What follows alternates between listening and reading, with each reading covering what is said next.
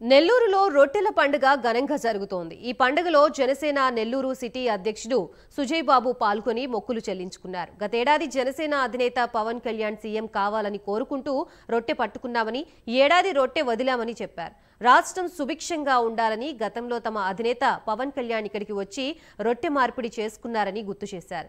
ఈసారి పని ఒత్తిడి వల్ల పవన్ కళ్యాణ్ రాలేకపోయారని, ఆయన తరపున జనసేన నేతలుగా తాము స్వర్ణాల చెరువు వద్ద రొట్టెల వదిలామని తెలిపారు. ఇక గత ప్రభుత్వం రొట్టెల పండుగని బారా షాహీద్ దర్గా అభివృద్ధిని గాలికి వదిలేసిందని, ఈ 5 ఏళ్ల కాలంలో దర్గా అభివృద్ధికి కూటమి ప్రభుత్వం అన్ని విధాలా కృషి చేస్తుందన్నారు సుజయ్ బాబు. సంవత్సరం ప్రతిష్టాత్మకంగా నిర్వహించే బారా షాహీద్ దర్గా వద్ద రొట్టెల పండుగ పురస్కరించుకుని గత సంవత్సరం మేము ఏదైతే తలంపుతో పవన్ కళ్యాణ్ గారు ముఖ్యమంత్రి కావాలని మేము రొట్టె వదలడం మొక్కోవడం జరిగింది. ఈసారి ఆ కోరిక తీరి మా కళ్యాణ్ గారు డిప్యూటీ సీఎంగా, అదేవిధంగా ఎన్ని స్థానాల్లో పోటీ చేస్తే అన్ని స్థానాలు 21 అవుట్ ఆఫ్ 21, 2 ఎంపీలకి 2 ఎంపీలు, అదేవిధంగా ఒక ఎమ్మెల్సీ స్థానం దక్కినందుకు ఈడకి వచ్చి మేము ఆ కోరిక తీరిన తర్వాత ఆ కోరిక రట్టుని వదలడం జరిగింది.